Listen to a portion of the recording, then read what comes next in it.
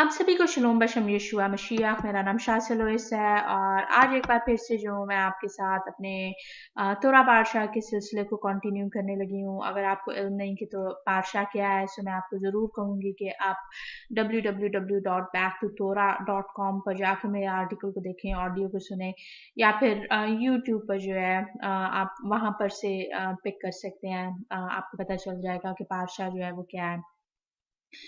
मैं पातशाह बरशीत के ऊपर बात कर रही हूँ। बरशीत यानी पैदाइश की किताब को जो है 12 हिस्सों में तकसीम किया गया हुआ है। और हर हफ्ते हर सबत जो है वो इन हिस्सों को पढ़ा जाता है। सो आज जो है वो मैं नामे हिस्से के ऊपर बात करने लगी हूँ, जिसका नाम है वये शिव। मैं आपको पिछले जो पार्श्व होते हैं उनके नामों को बताती चलती हूँ। जो पैदाइश की किताब यानी कि पैदाइश की किताब बेरेशीत, जो पहला पार्शा है वो हमारा बेरेशीत ही है। फिर उसके बाद नोआख है, फिर लखलखा है, फिर वयेरा है, फिर खयसारा है, तोलदोत, वयित्जी, वयेशलाख और फिर वयेशिव है। वयेशिव के बाद जो है वो तीन पार्शोत और हैं, मिकित्स, वयेगाश, वयेखाय। मिकित्स जो है वो ऐसा है कि मेरे मुंह से जो है अक्सर सही तौर पे जो है वो नहीं निकल पाता, मगर उम्मीद है कि जैसे बाकी तमाम नामों को बोलते हुए, इब्रानी को सीखते हुए जो है ज़ुबान जो है वो बेहतर अब थोड़ी बहुत हो रही है, थोड़ी बहुत। तो बाकी भी जो है वो भी जल्दी मास्टर कर लूँगी। हम हमेशा इस चीज़ को देखते हैं कि हमने कलाम मुक़द्दस से जो है वो कौन से हवाला जात को पढ़ना है। सो मैं आपको वो हवाला जात बताती चलूँ कि आप जो है वो तौरेत में से जो है पैदाइश की किताब उसका 47वें बाब की पहली आयत से लेकर 40वें बाब की 23वीं आयत तक पढ़ेंगे। Genesis chapter 37 from verse 1 to chapter 40 up to verse 23। उसके बाद हफ्तारा है, आमूस की किताब दूसरे बाब की छठी आयत से लेकर तीसरे बाब की 8वीं आयत तक। Amos chapter 2 from verse 6 to chapter 3 up to verse 8। और फिर ब्रित खदाशा में जो है Matthew chapter 1 first 6 verses, and then from verse 16 to verse 25। मत्ती की अंजील नए अहदनामे में से पहले बाब की पहली 6 आयत और फिर 16 आयत से 25वीं आयत तक। तो ये जो है ये आप कलाम मुक़द्दस में से जो है वो इन हिस्सों को जो है वो खुद पढ़ेंगे। मैं हमेशा जो जब भी तोरा पातशाह को देखती हूँ तो मुझे तोरा पातशाह की स्टडी जो है वो अच्छी लगती है। मेरा हर बार कुछ ना कुछ नए सीखने को मिलता है। और जितना भी मैं सीखती हूँ मुझे उतना ही वो नॉलेज जो है वो कम लगता है। आज जो है वो मैंने सोचा कि मैं आपके साथ जो कुछ ख़ास बातों को जो वो शेयर करूँ। वो जो कि मेरे साथ स्टडी करते आए हैं बाइबल की, वो जानते होंगे कि मैंने मसीहा बिन यूसुफ और मसीहा बिन दाऊद के बारे में बताया था। वो जो कि पहली दफ़ा मुझे सुन रहे हैं, या कि वो जिनको इसके बारे में नहीं पता, उनको मैं मुख्तसरन सा बताने लगी हूँ कि यीशुआ के आने से पहले तक जब लोग जो थे, यहूदी कौम जो थी मसीहा के इंतज़ार में थी, तो वो नबूवतों को जिस तरह से समझते थे, उनमें से दो बड़े अंडरस्टैंडिंग, जो दो नज़रिए थे मसीहा की आमद के बारे में। एक जो था वो ये था कि मसीहा बिन यूसुफ के तौर पर आना है और तकलीफ़ों को बर्दाश्त करना है, और फिर उसके बाद जो है तकलीफ उठाने के बाद जो है मसीहा बिन दाऊद की तरह जो है वो अपनी सल्तनत जो है इसराइल के ऊपर कायम करनी है। एक और नज़रिया जो था वो ये था कि मसीहा ने एक दफ़ा नहीं 2 दफ़ा आना है, क्योंकि जो पहला नजरिया था उनका यकीन था कि एक ही आमद में जो है ये सब कुछ होगा, जबकि दूसरा नजरिया जो था वो ये था कि मसीहा ने पहली बार आना है और मसीहा ने मसीहा बिन यूसुफ के तौर पर आना है और वो दुख तकलीफ उठाएंगे और उसके बाद जो है मसीहा ने जब दोबारा आना है तो वो मसीहा बिन दाऊद के तौर पे आएंगे और उस वक्त जो है वो इसराइल पे अपनी सल्तनत कायम करेंगे। यहूदी जो है वो आपको इल्म होगा कि यीशुआ को मसीहा नहीं मानते और उसकी बहुत सी वजूहात हैं। और एक वजह जो है वो ये भी है कि अगर वो मसीहा को जो है यीशुआ को जो है वो समझते हैं कि वो रैबाई थे जो इन्होंने तौरेत की तालीम दी, तौरेत को प्रमोट किया, तो वो ये देखते हैं कि अच्छा कि भी के उन्होंने जो है वो मसीहा बिन दाऊद की तरह इसराइल पे जो है अपनी सल्तनत नहीं कायम की। इसके ऊपर इन डेप्थ टीचिंग जो है वो फिर कभी शेयर करूंगी। मैं काफ़ी अरसे से इस चीज़ को जो आप लोगों के साथ शेयर करना चाह रही हूँ। एक आर्टिकल जो है वो मेरी वेबसाइट पे जो है वो ज़रूर मौजूद है, आप उसे पढ़ सकते हैं। मगर आज का जो पाशा जो है वो आपको इल्म है कि मेरा गोल जो है इस साल के लिए जो है वो यही है कि मैं इन पाशों की स्टडी में जो हूँ मैं रूहानी पैगाम आपके साथ शेयर करूंगी, मगर जो इन डेप्थ स्टडी है उसको उस तरह से नहीं शेयर करूंगी। जब मैं पातशाह को देख रही थी तो मैं सोच रही थी कि मैं किस बारे में बात करूं, क्योंकि जब भी मैं इस पातशाह को देखती हूँ तो मुझे हमेशा जो है वो मसीहा बिन यूसुफ का ख्याल आता है। मैंने सोचा कि आज जो मैं आपके साथ जो तकलीफ़ों और मुसीबतों के ऊपर बात करूं। क्योंकि हम मसीहा बिन यूसुफ को जो है वो ऐसे ही देखते हैं। मसीहा बिन यूसुफ से मुराद जो है कि वो यूसुफ की मानद मसीहा होगा। यूसुफ की मानद किस तरह से, और वो जो है उनसे मुराद जो है वो बेसिकली तकलीफ़ों के लिहाज से बनता है कि वो तकलीफ अपने भाइयों के हाथों से उठाएंगे। um, हम यही चीज़ जो है वो इस पातशाह में जो है वो देखते हैं। As a matter of fact जब मैं इस पातशाह को जब मैं पहला बाब जो है पातशाह का पहला बाब यानी कि पैदाइश के 47वें बाब को जब पहली आयत से पढ़ना शुरू करती हूँ तो मुझे जो है वो हमेशा से एक चीज़ जो है वो ये बॉदर करती है। Excuse me. यहाँ पर जो है वो दूसरी आयत में जो है वो यूं लिखा हुआ है, पैदाइश 47 बाब दूसरी आयत, जेनेसिस चैप्टर 37 वर्स 2।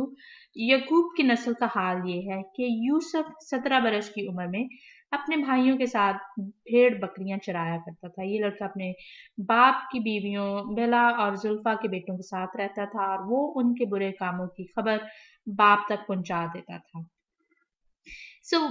याकूब की नस्ल का हाल, और फिर सिर्फ और सिर्फ जो नाम जो है उसमें वो यूसुफ का है। बाकी भाइयों को जो है वो एक तरह से जो है वो इग्नोर ही किया गया हुआ है कि उनके नामों को मेंशन नहीं किया गया हुआ है। मगर यही बहुत सी ऐसी बातें हैं यूसुफ की ज़िंदगी में जो यूसुफ को ब्लेसिंग दी गई थी। उन्हीं बातों की वजह से जो था जो यहूदी दानिश्वर जो थे उनको अंदाज़ा हुआ कि मसीहा की तरफ को जो है वो पॉइंट आउट किया जा रहा है।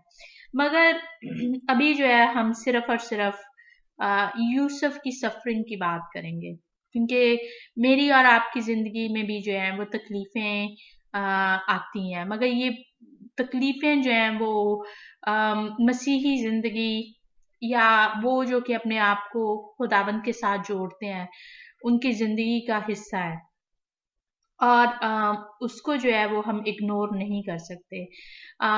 उसको नज़रअंदाज नहीं किया जा सकता। उसको किस तरह से अपनाना है, किस तरह से जो है वो अपनी उम्मीद को कायम रखना है। ये तमाम की तमाम जो बातें जो हैं वो हमें कलाम मुक़द्दस में ही मिलती हैं। और यूसुफ की जो ज़िंदगी जो है वो मुझे इस लिहाज से जो है उसकी कहानी को सुनना, कहानी को पढ़ना मुझे बहुत अच्छा लगता है, क्योंकि मैं जब भी देखती हूँ तो मुझे उसमें जो है उम्मीद की एक किरण नजर आती है। यूसुफ अगर आप जब इस कहानी को पढ़ेंगे तो ज़रूर इस कहानी को जो है मसीहा की ज़िंदगी के साथ कंपेयर करें कि अम, कि वो उनके बुरे कामों की खबर बाप तक पहुंचा देता था। सो क्या आखिर क्या मुराद है, यशुआ ने किस तरह से दुख उठाया, और फिर आखिर में जो है वो क्या रिजल्ट है। सो ज़रूर इस कहानी को जो है जब तक हम पैदाइश की किताब के एंड तक नहीं आ जाते, ज़रूर इन तमाम बातों को कंपेयर कीजिएगा।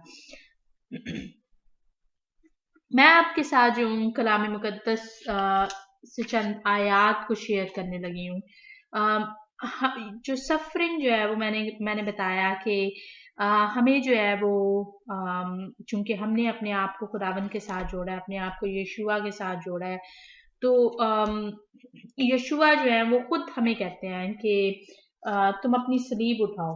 मेरे साथ अगर आप मत्ती की अंजील उसका 16वां बाब और उसकी 24 से 26वीं आयत तक देखें। Matthew chapter 16 from verse 24 to 26।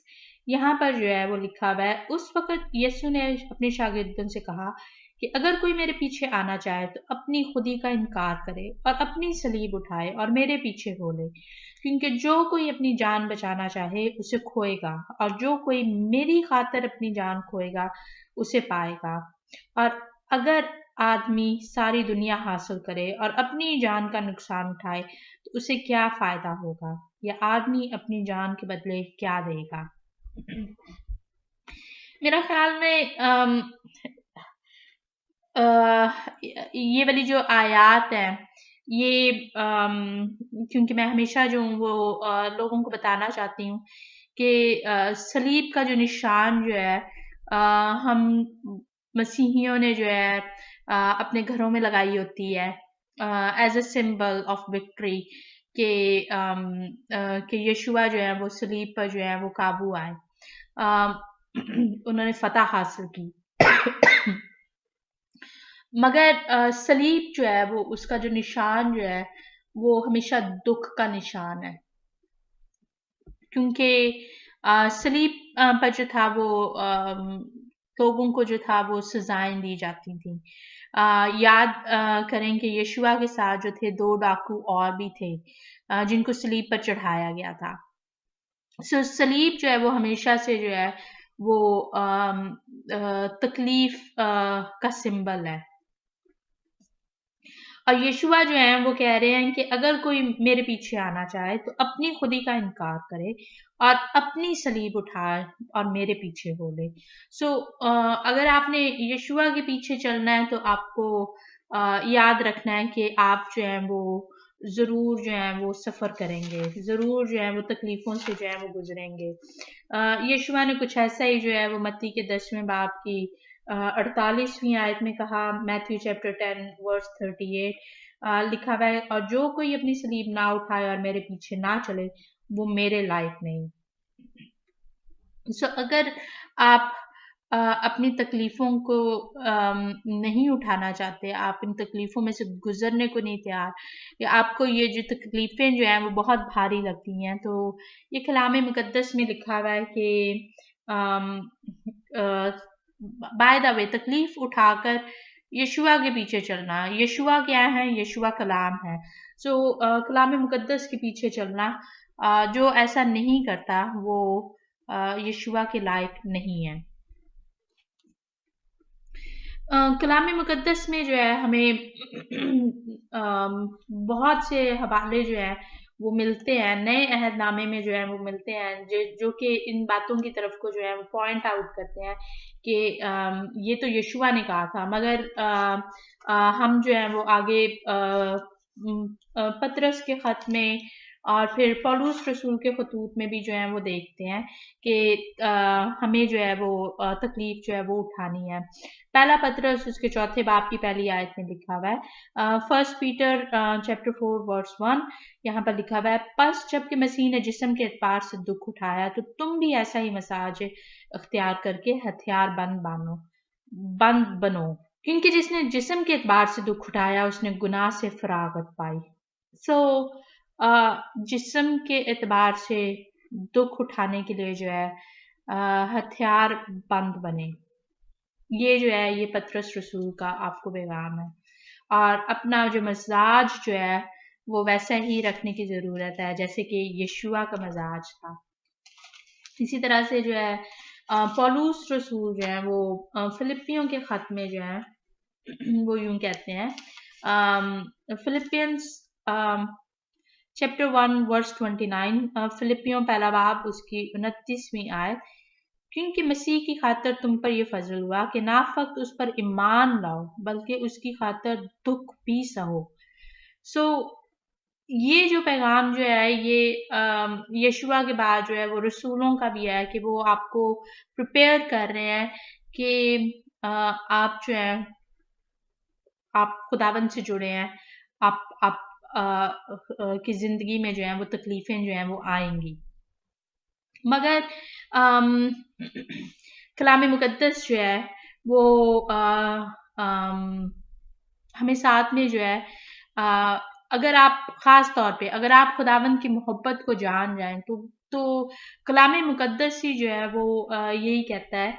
पौलुस रसूल जो है उन्होंने रोमियो के ख़त उसके 8वें बाब की 35वीं आयत में जो है वो यूं कहा है, रोमियो 8वां बाब उसकी 35वीं आयत, रोमन्स चैप्टर 8 वर्स 35, यहाँ पर लिखा हुआ है, कौन हमको मसीह की मोहब्बत से जुदा करेगा? मुसीबत या तंगी या जुल्म या काल या नंगपना या खतरा या तलवार। पॉइंट जो है वो ये है कि बहुत से लोग ख़ास तौर पे वो जो कि प्रॉस्पेरिटी प्रीचर है, वो जो हैं वो जब तालीम देते हैं तो प्रॉस्पेरिटी प्रीचर जो हैं वो हमेशा यही बात करेंगे कि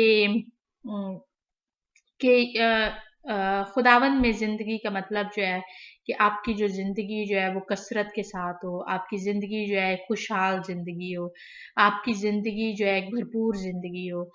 बेशक वो बातें ठीक हैं कि खुदावंद जो है वो आपको ज़िंदगी देना चाहते हैं, कसरत से ज़िंदगी देना चाहते हैं, वो आपको एक भरपूर ज़िंदगी देना चाहते हैं, खुशहाल ज़िंदगी देना चाहते हैं, मगर इसका ये मतलब नहीं है कि अगर आप दुख तकलीफ में से गुजर रहे हैं तो आप खुदावंद में नहीं है। क्योंकि मुझे बहुत ज़्यादा दुख होता है जब बाज़ लोग जो है अगर कोई दुख तकलीफ में हो तो वो उसके लिए जो है वो ये सोचना शुरू कर देते हैं कि वो जो है वो शायद खुदावंद में नहीं है।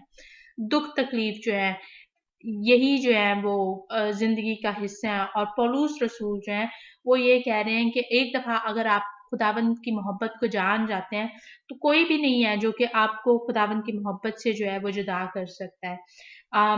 चाहे वो मुसीबत है, चाहे वो तंगी है या जुल्म है या काल है, या फिर आपको तलवार का खतरा है, अपनी जान का खतरा है, आप में जो है वो खुदावंद की मोहब्बत इतनी है कि आप फिर भी उसी मोहब्बत में जो है वो कायम रहना चाहते हैं, आप उसी मोहब्बत में जो है वो खुदावंद के पीछे चलना चाहते हैं।